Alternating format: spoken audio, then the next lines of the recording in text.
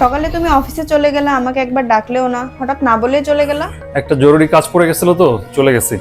আচ্ছা ঠিক আছে, তুমি ফ্রেশ হয়ে নাও, আমি খাবার দিচ্ছি। এই বাদ দাও, আমি বাইরে থেকে খাওয়া দাওয়া করে আসছি। কিন্তু আমি তো দুপুর থেকে বসে আছি একসাথে খাবো বলে। আমি তোমাকে বসে থাকতে বলছি একসঙ্গে খাওয়ার জন্য? এসব ফালতু জিনিসের জন্য আমার সময় নাই, যাও খাওয়া দাওয়া করে নাও। তোমার কল আসছে, মনে হয় কোনো জরুরি কল আসছে, আমিই রিসিভ করি। কোথায় তুমি? কতক্ষণ লাগবে তোমার আসতে? কখন থেকে অপেক্ষা করতেছি। তোমার ফোন।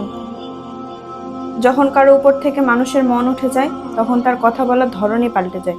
সবসময় ব্যস্ত থাকার অভিনয় করে। কিন্তু আমি পাগল, এতদিন ধরে ভাবতেছি হয়তো কাজের প্রেসারে আছো। সরি, আমাকে মাফ করে দিও, আমার ভুল হয়ে গেছে। কিভাবে? মাটিতে পড়ে যাওয়া মানুষ উঠে দাঁড়াতে পারে, কিন্তু নজর থেকে পড়ে যাওয়া মানুষ কিভাবে উঠবে?